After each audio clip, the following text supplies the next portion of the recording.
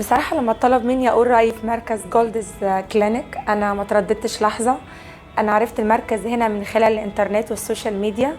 هو بصراحة مركز حديث جدا وفي أجهزة حديثة جدا بتفيد الجسم وبتفيد البشرة. الناس هنا بتتعامل بشكل راقي جدا وشكل بروفيشنال واي جدا. لما جيت اتكلمت معاهم حسيت انهم ناس فاهمة، ناس عارفين هما بيعملوا ايه كويس قوي، والأجهزة طبعا مساعداهم.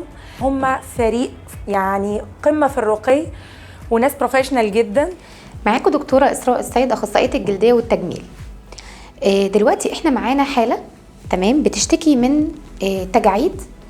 التجاعيد ديت موجودة حوالين العين وموجودة في الجبهة تمام، وعندها برضو شوية حاجات بسيطة في الباني نوز تمام. اضحكي كده جامد، اضحكي يا حبيبة قلبي، اضحكي جامد جامد قوي اهو. دي حاجة اسمها الكراوز فيت. كراوز فيت دي اللي اسمها رجل الغراب يعني تمام. وعندها برضو في الجبهة بصي لفوق، بصي لفوق خالص خالص، اقصى شيء عندك اهو، واضحة جدا تمام. فاحنا عندنا دلوقتي اعملي مناخيرك كده يعني، ايوه بس واضحة ازاي. طيب احنا عندنا الثلاث اماكن دول المفروض محتاجين يتحقنوا بوتوكس. طيب ليه انا بحقن بوتوكس؟ هتقولي يا دكتور دلوقتي البوتوكس ده مفيد في ايه؟ مفيد ان بيخلي التجاعيد دي تختفي خالص. طيب بتبدا امتى تختفي؟ بعد 4 ايام من الحقن. خلاص. طب انا ليه بحقن؟ يعني ليه بحقنها؟ طب ما انا اسيبها. طيب انا لو سبت التجاعيد دي للاسف كمان 2 3 هتبدا كل واحده منهم، بس طبعا جرادولي يعني بالتدريج، تبدا كل واحده منها بدل ما هي بتيجي مع الحركه، ارفعي كده اهو بتظهر مع الحركه، طب نزلي اختفت.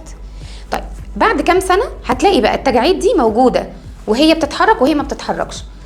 هتبقى اسمها تتحول من تجاعيد حركيه لتجاعيد ثابته. وقتها مفيش علاج للاسف بالبوتوكس خالص، هنلجا بقى لحاجات تانية زي خيوط، زي شد، زي حاجات جراحيه.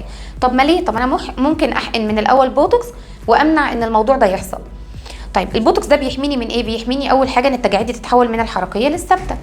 طيب تاني حاجه بيقلل عمليه العجز جدا، يعني بيخلينا مثلا بدل ما نبان ان احنا عندنا 40 سنه هنبان ان احنا عندنا 32، بدل 32 هيبان عندنا احنا 25 وهكذا، لان طبعا التجاعيد دي بتدينا سن اكبر من سننا. خلاص. فدلوقتي ممكن نبدا نشتغل لها. طبعا هي بتكون حاطه بنج، هو ما بتوجعش على فكره قد كده خالص، بسيطه يعني. هنبدا بس نعقم. وبرده بنتسال دكتور هو انا حالتي بتسوء بعد ما البوتوكس بحقنه وراح مثلا من جسمي، حالتي بتسوء؟ لا هي ما بتسوقش، انت بترجعي لاصلك عادي جدا، وبترجعي بالتدريج.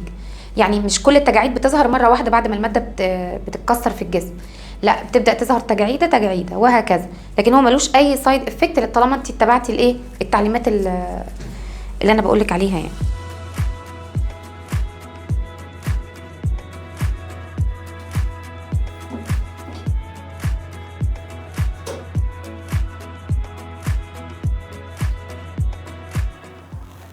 بس هنحقن هنا وهنا، وطبعا بنحقن في الجبهه. المركز هنا يا جماعه جميل قوي، لازم تزوروه، لازم تتعاملوا معاه. ميرسي جدا.